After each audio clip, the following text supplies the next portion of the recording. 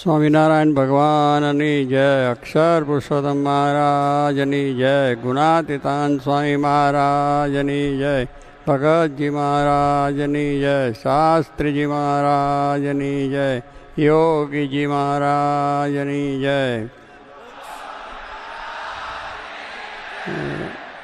APS શતાબ્દી મહોત્સવની જય જય જય જય. પ્રથમ તો આવું બધું જે કાર્ય આપણે જોયું ને વાતો થઈ છે, એ બધા કાર્યમાં ભગવાનની કૃપા અને શાસ્ત્રી મહારાજ, યોગીજી મહારાજ, ગુરુના આશીર્વાદ અને જોગીમાના સંકલ્પથી થયેલા જે આ સર્વ સંતો એનો સહકાર અને આ બધું જે કાર્યો મંદિરોના થયા, સત્સંગનો થયો, દેશ પરદેશના જે વિચરણ થયા, ત્યાં પણ સમાજ થયો, મંદિરો, એ બધાની પાછળ આપ સર્વ હરિભક્તોનો પણ મોટો સહકાર છે. તન મન ને ધનથી પોતાના કામકાજ છોડીને પણ કામ કર્યું છે. આજે પણ આપ સર્વ દેશ પરદેશમાંથી આવા એક દિવ્ય પ્રસંગે પધાર્યા છો અને જે લાભ લીધો છે માટે ધન્યવાદ છે.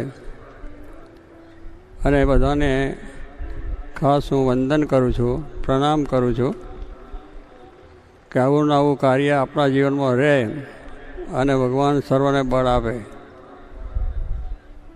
કારણ કે આ એક જણનું કામ હોતું નથી, અનેક હાથ ભેગા થાય ત્યારે કામ થાય. પણ બધા અનેક હાથની સાથે ભગવાનનું બળ એ આપણે જોઈએ, ભગવાનની કૃપા પણ જોઈએ અને શાસ્ત્રી મહારાજ, યોગીજી મહારાજ, સંતોના આશીર્વાદ એ આપણી સાથે ભળે તો જ આ કાર્ય થાય છે.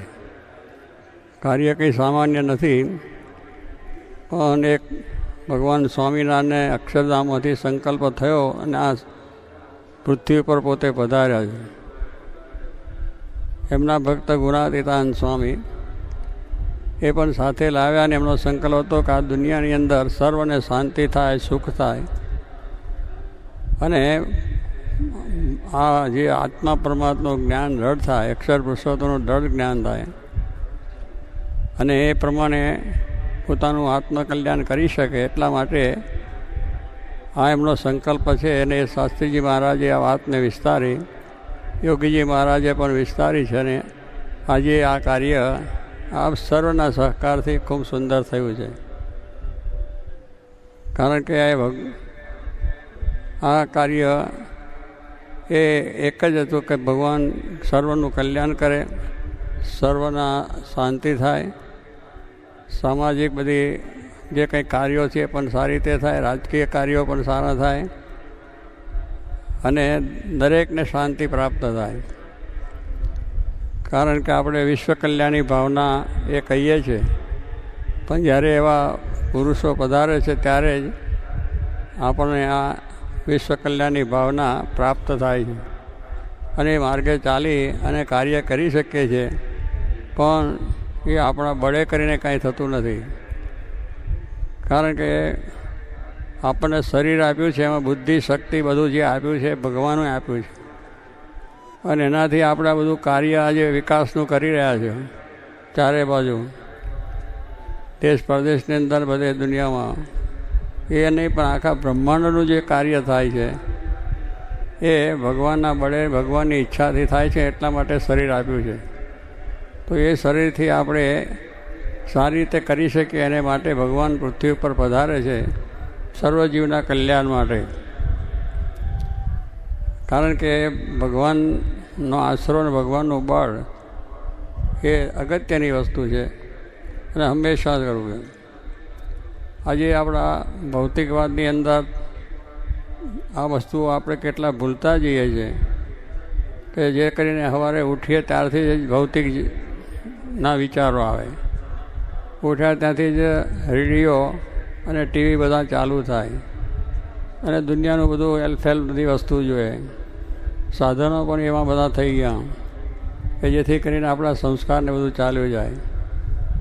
પણ એ વિચાર આપણને હોય તો કંઈ આપણી ઉન્નતિ ના થાય, વિકાસ ના થાય, દુનિયાનો વિકાસ ના થાય ને કોઈનો પણ ના થાય.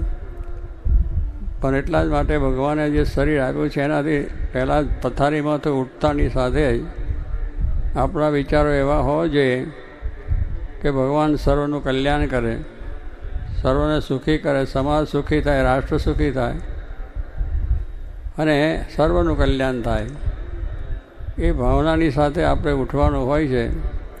પણ આજે ઉઠતાની સાથે આપણે દુનિયાના વિચારો, આપણા ધંધાના વિચારો, બીજું ત્રીજું આપણને આવે છે. એથી કરીને આપણને જે આત્માની શાંતિ જોઈએ એ થતી નથી. દૈહિક સુખો, દૈહિકનું શાંતિ એ બધું તો મળે જ છે, પણ આત્માની શાંતિ જ્યાં સુધી ના હોય ત્યાં સુધી આપણને થતું નથી.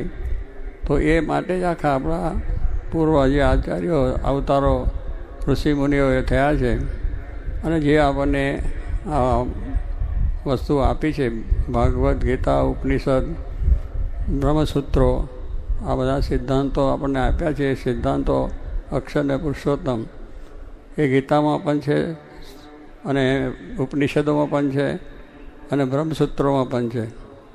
અને એ જ વાત ભગવાન શ્રીજી મહારાજે પૃથ્વી પર આવીને કરી છે અને એ સિદ્ધાંત એમને સ્થાપ્યો છે. એ આપણને જો પ્રાપ્ત થાય તો એનું સુખ થાય છે.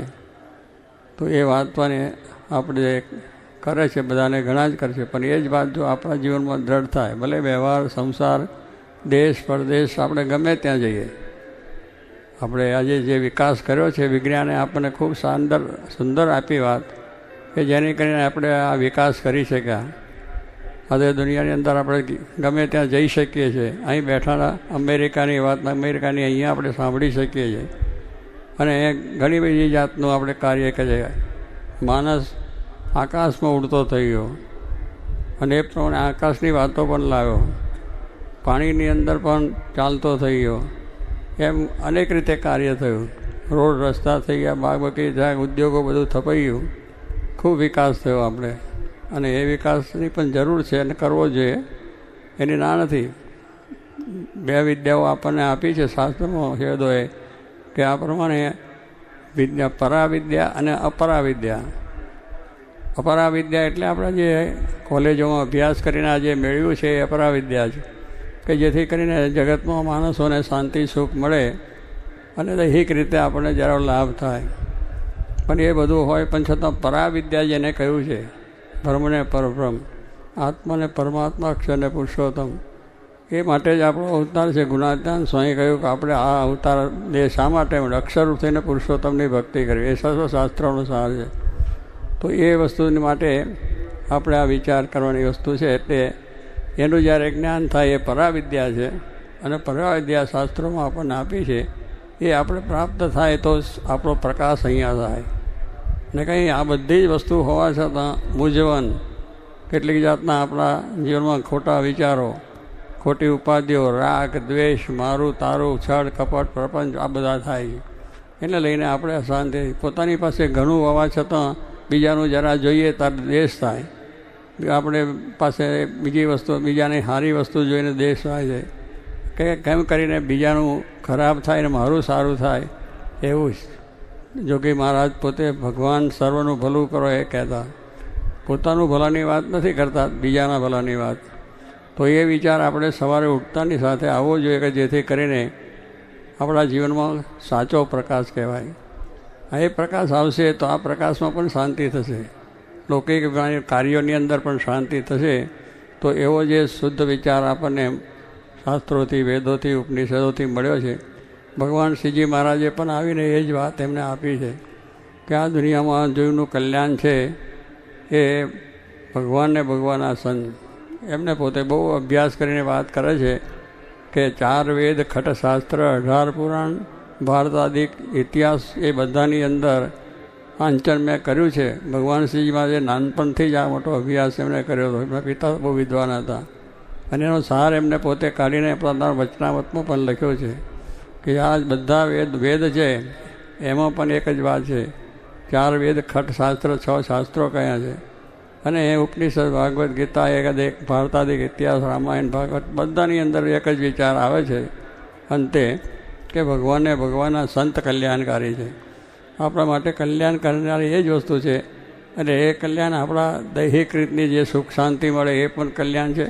પણ એની સાથે આપણે જે અનંત વિટવણાઓથી વિટેલા છે, આપણું જે અજ્ઞાન છે જ્યાં સુધી દૂર નથી થતું ત્યાં સુધી આપણે દે. એટલા માટે એ પણ આપણને જો જ્ઞાન થાય તો જ આપણને શાંતિ થાય છે.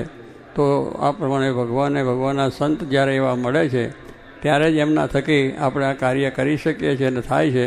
અને એ બધા આગળ જે ઋષિમુનિઓ બધા આચાર્યો અને બધા અવતારો થાય છે, એમ ભગવાન શ્રીજી મહારાજ પોતાના 500 સંતો સાથે આવ્યા અને દેશે ગામે ગામ ફરીને એમને પોતે એ જ છે માનવ સેવા જ કરી છે. લોકોનું સારું શિખર જીવન કેમ મળે, વ્યસન મુક્તિ કરાય અને આ પ્રમાણે પોતાના જીવનમાંથી સદાચાર આવ્યો.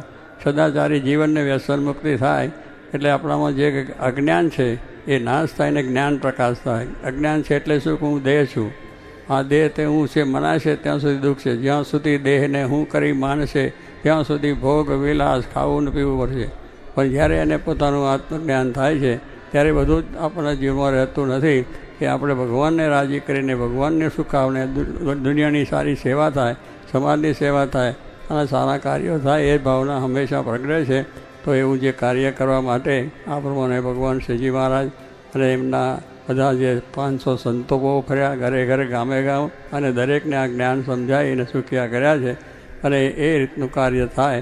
અને અત્યારે પણ આ એમના પ્રતાપથી અને એમની ઈચ્છાથી, એમના દયાથી અને આ બધાના જે સહકારથી આ કાર્ય થયું છે એ માટે આ બધાને પણ હું ખૂબ ખૂબ ધન્યવાદ આપું છું.